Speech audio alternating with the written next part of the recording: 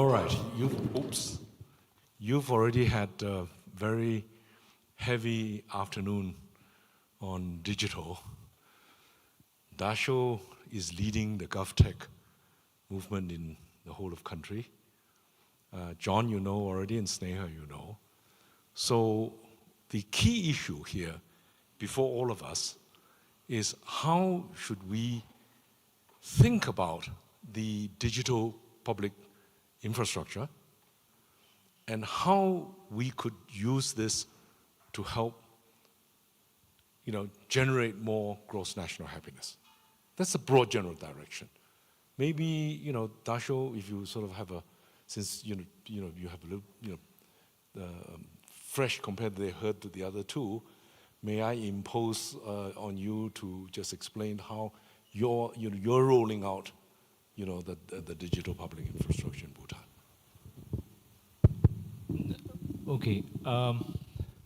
So I think maybe taking off from where Sneha touched on. So Bhutan has looked at our national digital identity as a means to take government services to our citizens, and really leveraging on the advantages of going online. And this is something that we started a few years after internet was introduced by our Great Fourth in 1999. In 2003, we created a new ministry and a department, and we huddled together to try and figure out how can we use this new technology to improve government. And one of the areas that we looked at was the opportunity to overcome the challenge of distance by using, the internet, whether it was in terms of providing access to information or taking services online. And that's where we realized, learning by doing, that the complexity of moving services online is that we also need to be able to identify people, and that's where the need for identity arose. We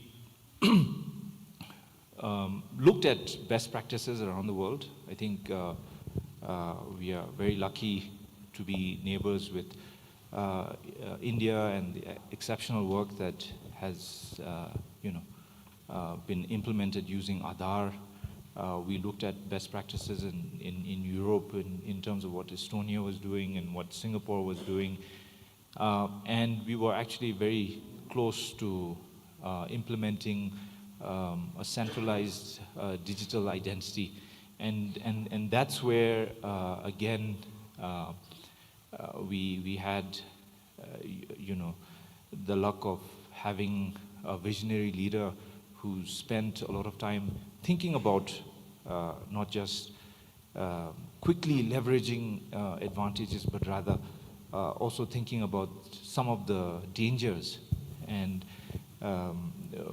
we were, in fact, commanded by His Majesty the King that we need to be careful about our digital transformation journey, where while we are very quick to adopt digital identities, we have to be careful that we do not undermine the privacy of our citizens, which is a constitutional right, and therefore we needed to look for something better, and there were best practices in the private sector.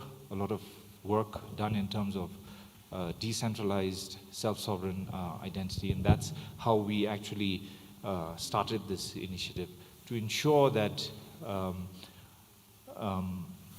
data that is there in government agencies does not in some way invariably undermine the privacy of individuals, especially through consolidation. And that's why we went for a self-sovereign identity. I think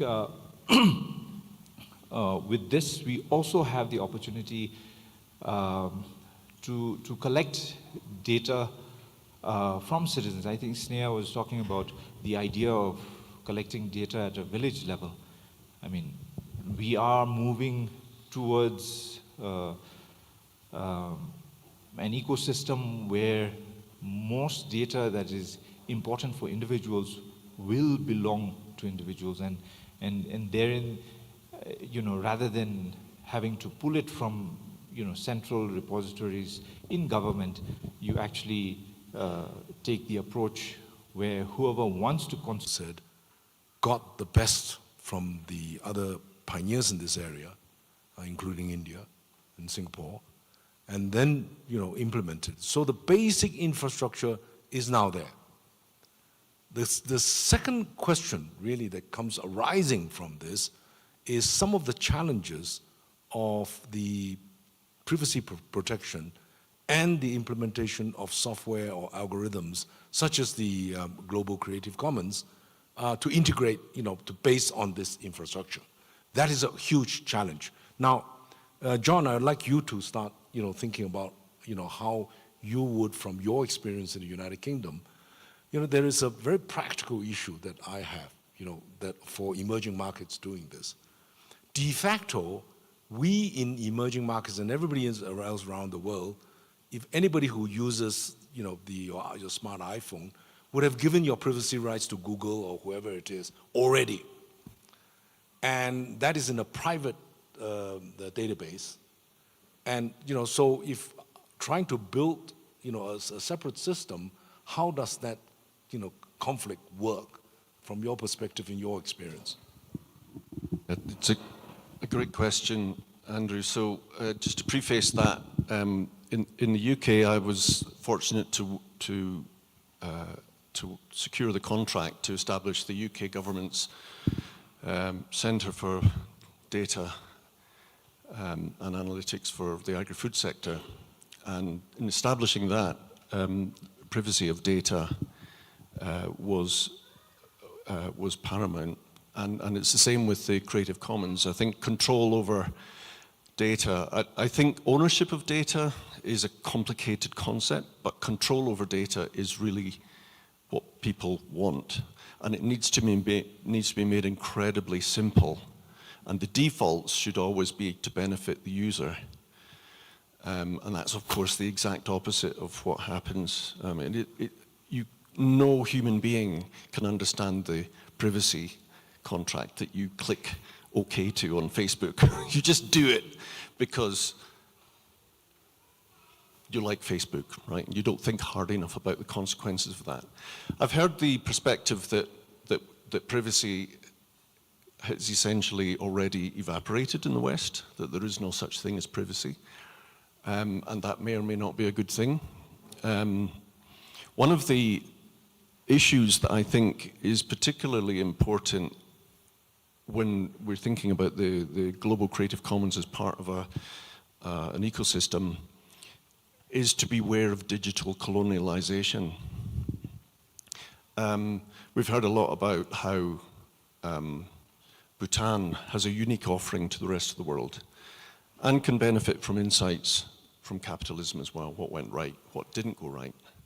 So there's that gateway in the mindfulness city that I've become obsessed with is a really, really interesting and I think incredibly difficult thing to manage carefully, and we'll need a lot of foresight. AI is very dominated by data from the West, and so if you just ask a question, if you're trying to find a solution in Bhutan to something that you're trying to figure out, and you use ChatGPT, you'll mostly get the Western perspective on that. And so I think it's important that we maintain the provenance of knowledge and that we understand the provenance of knowledge and that provenance is part of the AI system. And of course that knowledge and provenance of that knowledge is somehow controlled. and monetized, actually, in the way that is beginning to emerge with AI in America. There are now contracts being established with artists and AI engines that use their content to create new content on the AI platform. So there's a beginning of a realization that there's some responsibility to the originators of the knowledge, that they should be recompensed for that. And I think this is a way that we could monetize some of the knowledge in Bhutan, but it needs to be carefully managed. So yeah, so beware digital colonization. The key point that I think I want to make, and I'm aware of time, Andrew, learning by doing, which I think we all agree is a great idea, and bottom up is a great idea. You cannot learn by doing, you cannot learn by doing, is that right? Learning by, anyway, you cannot learn by doing unless you measure the consequence. So you do something, and then something happens that you hope is what you intended to happen. 90% of the time it won't be. But you need to know that what you intend, what actually happened, and you need to know that what you want is, what you wanted to happen looks like, and then iterate towards that, which means you need very good data infrastructure to manage that learning by doing approach. And as I explained earlier, if you want to accelerate that process, you need to share that knowledge across all of the communities in Bhutan that are undertaking transformation. Sorry, that was maybe a longer answer than you'd hoped for. The issue that I think has come up is really this now. You know, John has mentioned the issue of data colonization. Okay, I put it as simply as possible. We have built in this country and in many other countries digital public infrastructure. But the infrastructure in the internet has already been built. And so in a sense, you're fighting with the existing private infrastructure versus public infrastructure, okay? And in a sense, the data of the private sector, of the public, has already been given to the private infrastructure guys. So how do we ensure that we're usage? Because you want to use the domestic public infrastructure for data integrity, data privacy, and compliance with national law. That's very clear. But your citizens have already clicked, use Google or Facebook or whatever, that data is gone, right?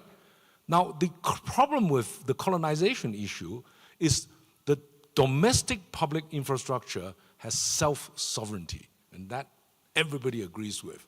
But de facto, you've signed it away when you click use Google, okay? Right? Now, that colonization means what? It means not only have you given your data free in exchange for some free goods, of course, but anytime you want to use it, you will be charged for it. So to a large extent, this country, including many other emerging markets, are paying for their own data from these private platforms, okay? Which is a real issue. And then if your own startups want to build that data infrastructure services for your own country, you pay for it. So, you know, let me now pose these questions to Sneha, since she's thought a lot about one-earth balance sheet and some of these issues. I'm really testing her. No, I fully agree with this. And I think one of the things that we are exploring while we are building this app to collect data at the village level is that how the ownership of this data can be transferred to the villages themselves, to the communities themselves. And whenever, if this data is being utilized for any commercial purpose, how the incentives of that can be passed on to the communities. So the data that we contribute right now to either Google, Facebook, or Instagram, it is being monetized, right? But as contributors of data, we don't get benefits out of that to us at all. And I think in the AI landscape, when ChatGPT was built, I think they faced a lot of lawsuits because of this, because they scraped data from internet and made a lot of money, but the contributors were not, the benefits didn't flow to the contributors of data. So I think this is very important, that if we build digital infrastructure, we need to see that how the benefits and the ownership of data can remain with the communities. And for this, one feature that we are integrating is the consent layer, where the communities decide whom they want to share the data with, and they have complete freedom whether they want to share this data for any commercial purposes or not. If it is being shared for the commercial purpose, then they will be the benefits would trickle down to them. I hope you don't mind me, trying to drill deep into this question, because I see this from an emerging market perspective. The giants will do whatever they're doing. We smaller, I come from Malaysia, face the same problem, all right? We have two fundamental problems. Even if we were to build this data infrastructure, and we would like to encourage our young people to do, or older people to do the startups, okay? Number one, they will have problems if they have to pay for the data to these big boys, number one, right? And number two, they already have a disadvantage because they are much less privileged in terms of access to top universities, etc., right? And then the third issue is that, so somebody has to start this for the national ecosystem, digital ecosystem. Because, the big boys won't do it, right? They won't do it without some monetary return, okay? So, if we are doing the one-off balance sheet issue, the village database issue, you have that issue. Then on top of that, you have another complication, because most of our users are not that sophisticated. The very fact that somebody in the village uses, I won't mention particular names, any LLMs, and they use their data and grant access of that data to the LLM, your data's gone completely. So these are very real issues, and I would like, the panelists to comment on this, see how we can find a way out of this. Maybe Dasho, would you have any thoughts about this? So I think one, we need a wide variety of data, and I think the information that is provided to the major social media players out there are possibly one aspect of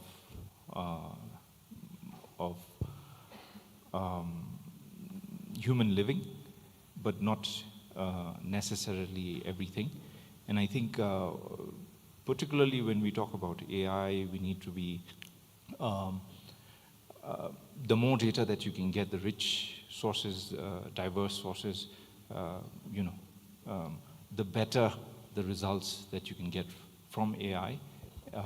So I don't have a solution to your answer, but I think, to your question, but I think all is not lost. Countries have sovereignty over a lot of data that is authenticated, that belongs in public repositories, and many countries are looking at making that data available to entrepreneurs, innovators locally, so that they can actually leverage that, right? I think in the end, it's possibly a negotiation that will probably need to happen, right? To get access to universal, or rather near access to holistic data that will help improve the AI. I'm not a lawyer nor an economist, so I can't really talk to, and particularly as a small nation, use those tools, to push back.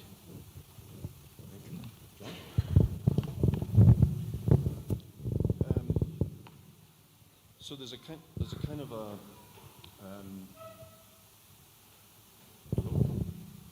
is it working? Yeah. Can you hear me? Just can't hear me. There's a fine line to walk along between making data open and available for entrepreneurs and for ensuring that the providers of that data are appropriately rewarded for sharing. And that might not necessarily be a monetary reward, but some acknowledgement, an acceptable acknowledgement of that. And there are open data codes of conduct and some attempt at navigating that fine line. Data on its own has no value. It's what you do with the data that has value. And in order to innovate and do clever things, and things that literally we cannot imagine right now, that data has to be accessible and we have to be able to experiment with it. So I'm not enough of a technical expert, and I know there are people in the audience who are, and maybe we can follow that up in the discussion, but there are technical means to follow the provenance of data. So we can always tell where the data has come from. So in principle, through that kind of tokenization, it should be possible to reward the providers of the data in an appropriate manner. Thank you, John. Sneha, do you want, or shall we open it up to some technical experts, on the floor, who may have some views on this? I just want to add one point, that just the tech infrastructure alone cannot solve all the problems. We need even the digital literacy programs, which teaches this to the communities and the villages, what the effects are of the, when they share data with LLMs or with any other companies, what those effects are. As Chime was mentioning, that now the digital tools and platforms are so easily available to the communities, but there is so little knowledge to them on how to best benefit from them, and also how to remain cautious about the scams that can happen, right? So I think digital literacy has to accompany, and I think Bhutan has already rolled out their digital literacy training program for all the villages in the country, and I think that's again a great step ahead. Yeah. John, just a quick point. I'm going to mention you actually, Daniel, because you said earlier in the meeting that we need that law needs to be more responsive and agile in a sense. And I wanted to make the point, I'll just build on what Sneha's already said, that we need the frameworks in place that can move fast enough to protect the rights of people. What's happening with AI right now is it's not just AI actually, it's the social media in general. It is a global experiment that's being done on people by very rich companies. If I had, as a scientist, had tried to study the effects of social media by inventing social media, I would not get it past ethics, right? But somehow, companies are able to do this experiment on the entire planetary population, and I think the results are, maybe it's not such a great idea, and things need to be different. But the legal frameworks, in my view, take too long to catch up. And the big companies exploit that delay. So they make huge amounts of money whilst the law makes up its mind about whether this can be done or not. And I appreciate that these things do take time, but again, a learning by doing approach, inevitably we will make mistakes and we will do things that need to be legislated against, and we need a framework that is responsive enough for that. If Daniel, a microphone, is it available?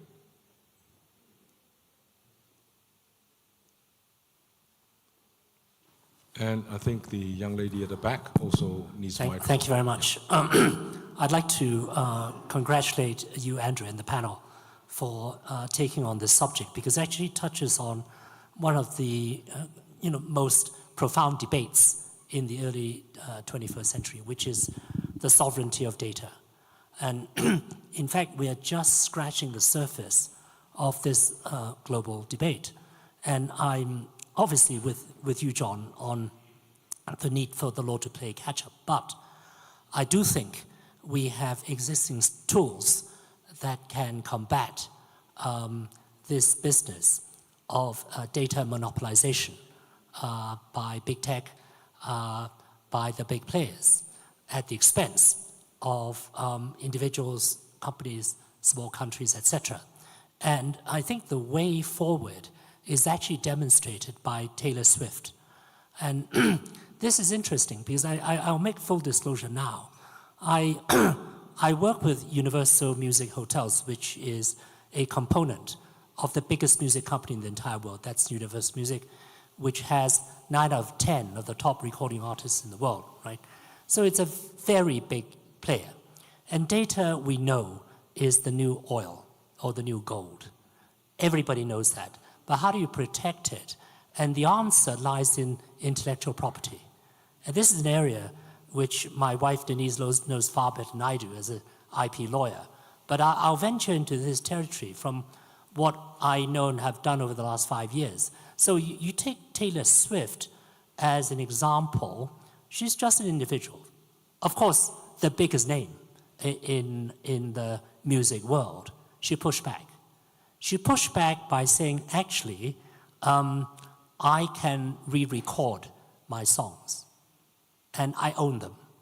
So you can't say, because I signed some contract umpteen years ago, and my IP is now owned forever by some music company, some giant. Therefore, I've lost essentially my life's work. She said, I'm going to do it. And she re-recorded.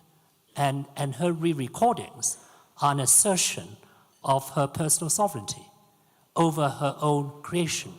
Now, if one individual, albeit a very, very powerful individual, like Taylor Swift can do this, how much more can a sovereign state do? There are only 196 sovereign states members of the United Nations. Bhutan clearly is a sovereign state, a member of the UN. How much more can Bhutan do? Essentially, the data which is collected in the villages, etc., belong to the people, the originators or creators of that data. And the existing tools of intellectual property protection, which is specifically a legal tool, an aspect of the common law, the English common law, which we kind of share as a global heritage, if you like. So Hong Kong is a common law jurisdiction, we know that. So we can use that tool, intellectual property, to assert our own rights. We do not have to wait until some framework emerges from the UN or some other body, supranational body to protect us. I think that's too late. But we do not have to, roll over and play dead. We are masters of our own destinies. We have agency. Bhutan has agency. Bhutan can take the lead in this. Bhutan can use the UN as a platform to assert this. Bhutan can use WIPO, WIPO, World Intellectual Property Organization, which is based in the UN, as a platform. I don't know whether Bhutan is a member of WIPO. Singapore is a member of WIPO. Hong Kong is a member of WIPO, etc. We can use these platforms to protect ourselves. So we do not have to wring our hands and say, woe is me, it's all lost. It's not like that. Because this battle, or the war, if you like, is only just beginning. Taylor Swift showed us the way. She's not the only one. There are others. And therefore, I do not counsel despair. I actually think we are on the cusp of a major seismic change in the way the world looks at data. And data is actually the property of the creators. In other words, in Bhutan's case, the people of Bhutan. Thank you, Daniel. That's very hopeful and constructive. Out of what I had, put it this way, a little despair, that we are struggling against giants who dominate us. But you have given us the way, and I think if we all work together, hopefully we'll find a way out of this. The young lady at the back. Pem Sering again. I just want to take it down from the macro level that Daniel took it to and take it to a more practical question I had, and it feels a little bit minor now in the context of all that was just said. It's a question that I've had in terms of my personal feelings with the use of all of these LLMs and AI and all of that, right? Because I was in Malaysia recently, and I know that the government there has sort of approved the usage of Gemini or one of these LLMs, at the government level, right? I mean, across the bureaucracy. So it's a sort of state. I think it's one of the first, states taking that, into their day-to-day. Of course, people pose questions about, privacy and all of that at the state secrets level, but that's another topic. But even on the sort of personal level, I see more and more people, we hear about the challenges that, university professors or school teachers are facing with, the use by students, right?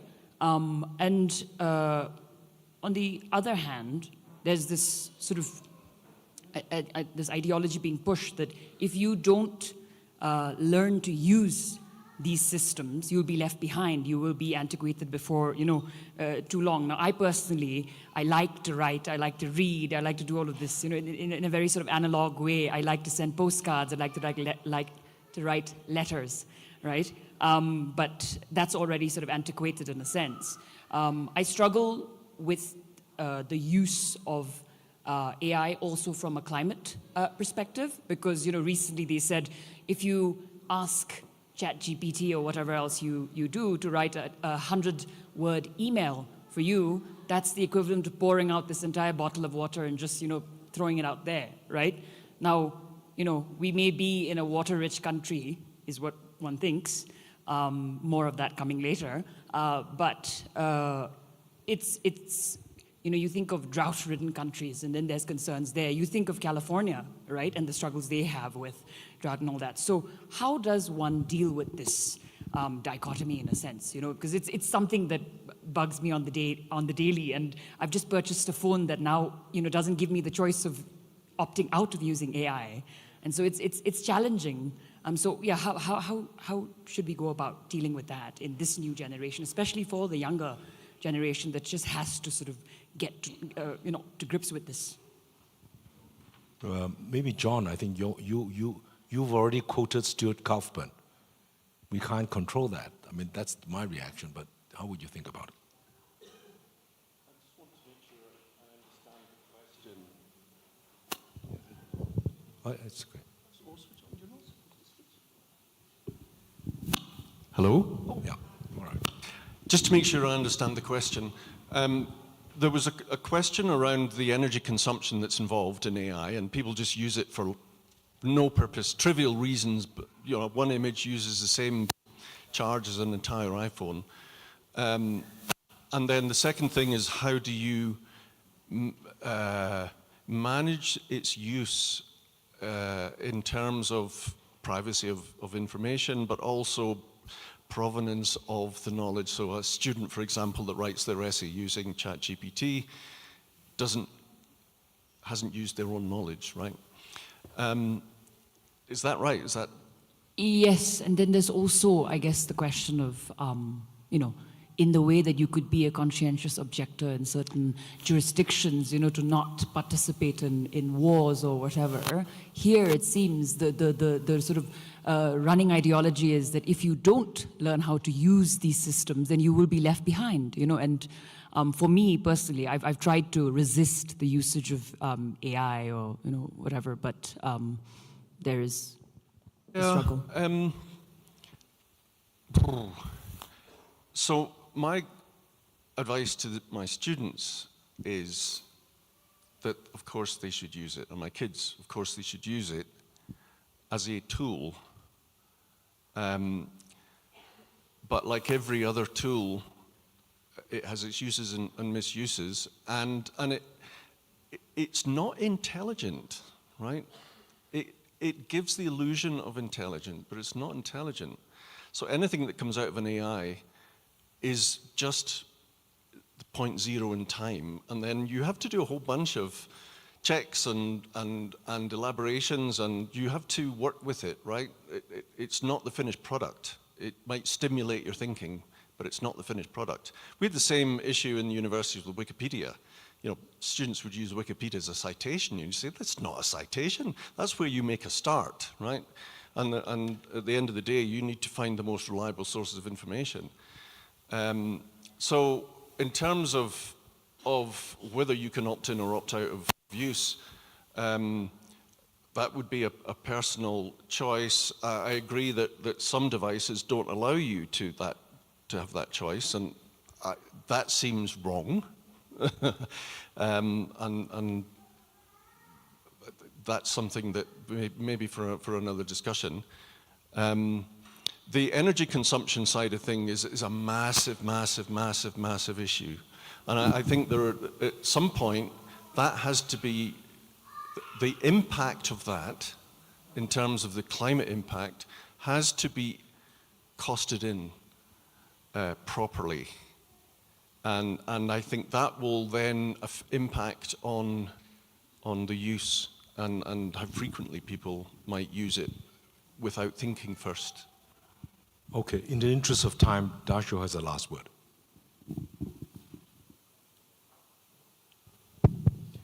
I just wanted to share that I think we cannot generalize all AI.